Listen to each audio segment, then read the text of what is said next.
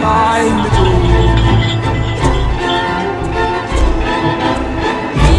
Me and the day.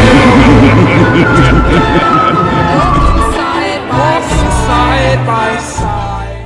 Est-ce que vous réalisez qu'on vient d'assister à la meilleure introduction de personnages de tout One Piece? Wesh les gars, aujourd'hui on va parler de Loki, son fruit du démon, ses motivations et tout ce qui l'entoure. Commençons par sa première apparition. La première fois qu'il est mentionné, c'est dans l'arc de Whole Cake Island. On nous dit qu'il est tombé amoureux de Lola au premier regard. De Lola. Lola.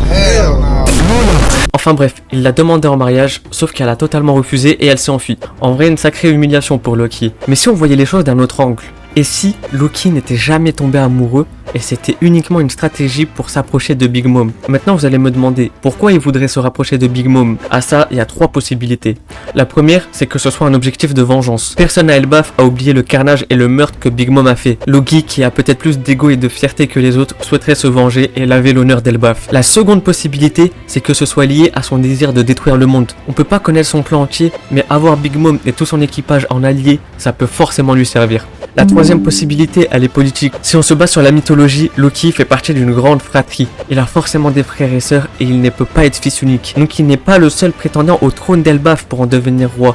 Il y a d'autres prétendants et donc l'objectif initial était de s'allier avec Big Mom, ce qui lui permettrait de gagner bien plus de légitimité pour demander la couronne. En tout cas, les trois possibilités que je vous ai citées, c'est uniquement dans le cas où Loki n'a jamais été amoureux de Lola. Mais peut-être que c'est réellement le cas et c'est ça qui a été un déclencheur pour Loki à totalement partir en vrille, tuer son père, manger le fruit et se faire attraper par les géants d'Elbaf et attaché à l'arbre d'Yggdrasil. En parlant du fruit qu'il a mangé en tuant son père, on nous dit que c'est un fruit du démon légendaire qui se transmet de génération en génération dans sa famille. La théorie que j'ai vue partout sur les réseaux et à laquelle tout le monde s'attend, c'est que le fruit de Loki soit le Inu Unonomi modèle Fenrir. Pour faire simple, le Fenrir, c'est un loup géant dans la mythologie nordique qui est à l'origine du Ragnarok, donc de la fin du monde. Et en vrai, ça fait sens, c'est grave cohérent. En plus de ça, Fenrir, c'est censé être le fils de Loki. Donc il y a plein d'arguments qui vont vers ce fruit. Donc en vrai, c'est très probable. Sauf que, par pitié, j'en peux plus des Zoan.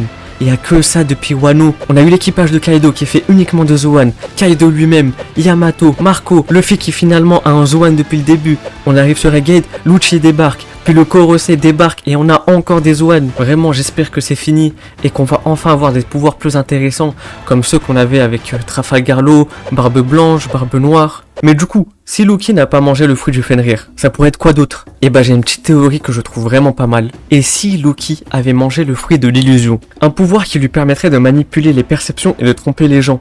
Les mettre dans des kenjutsu comme s'il était Itachi.